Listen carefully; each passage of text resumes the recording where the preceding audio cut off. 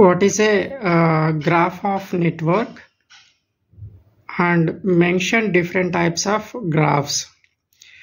Graph అంటే ఏంటి, different types of graphs గురించి డిస్కస్ చేసుకుందాం. ఇక్కడ ఈచ్ పాసివ్ ఎలిమెంట్స్ అంటే మనకు ఆల్రెడీ తెలుసు, రెసిస్టర్, ఇండక్టర్ అండ్ కెపాసిటర్.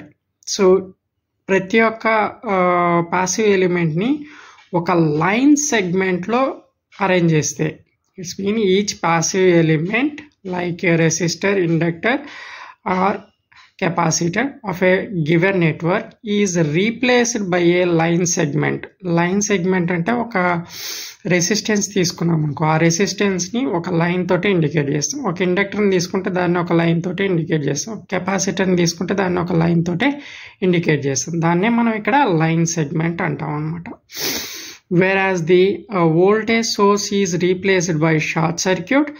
ఇప్పుడు సర్క్యూట్లో కానీ నెట్వర్క్లో కానీ వోల్టేజ్ సోర్స్ వచ్చింది అనుకోండి, ఆ వోల్టేజ్ సోర్స్ని షార్ట్ సర్క్యూట్ చేస్తాం. దాన్ని కూడా జస్ట్ లైక్ ఏ లైన్ సెగ్మెంట్ లాగా అనమాట షార్ట్ సర్క్యూట్ అంటే.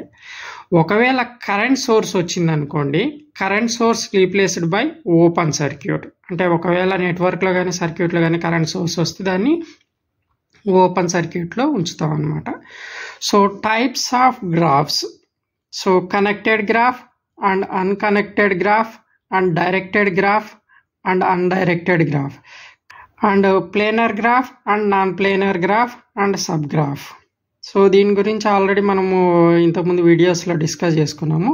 ఒకవేళ వీలైతే మీకు ఈ వీటిలో ఏమైనా డౌట్స్ ఉంటే కనుక వాటిని రెఫర్ చేయండి. సో దీంట్లో మాత్రము ఇవే డిఫరెంట్ టైప్స్ ఆఫ్ గ్రాఫ్స్.